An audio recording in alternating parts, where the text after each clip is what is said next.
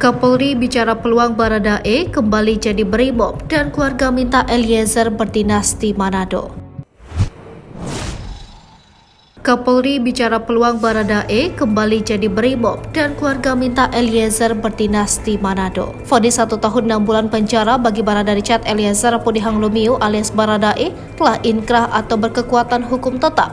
Ini karena kuasa hukum Baradae dan jaksa penuntut umum telah menyatakan tak melakukan upaya hukum lanjutan yakni banding. Selesai dengan perkara pidana, kini Baradae dihadapkan dengan sidang kode etik. Sidang kode etik ini telah dijadwalkan, nantinya nasib Baradae di Brimob ditentukan lewat sidang di internal Polri tersebut. Baradae sendiri sudah angkat bicara, dia masih berkeinginan jadi anggota Polri, kembali berdinasti Satuan Brimob. Kapolri Jenderal Pol Listio Sigit Prabowo pun merespon. Pucuk pimpinan Polri ini menyebut masih ada peluang Baradae kembali jadi Brimob. Sementara itu kubu keluarga berharap nantinya Baradae berdinasti Manado.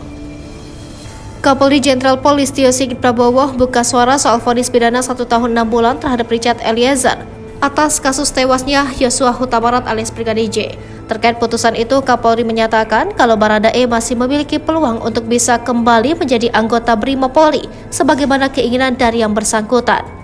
Sigit juga mengaku kalau dirinya selalu mengikuti proses persidangan yang melibatkan Ferdy Sambo dan kawan-kawan tersebut. Dirinya menyebut seluruh pertimbangan yang dijatuhkan majelis hakim akan menjadi catatan pihaknya terhadap Baradae. Tak hanya itu, sejauh ini pihaknya juga turut mendengar harapan dari masyarakat termasuk juga orang tua Baradae. Kendati begitu, Baradae kata Sigit masih tetap harus menjalani sidang etik atas perkara tersebut oleh Komisi Kode Etik Polri untuk memutuskan hal tersebut. Sebab sebagai informasi, hingga kini Baradae belum menjalani sidang etik kasus tewasnya Brigadir J.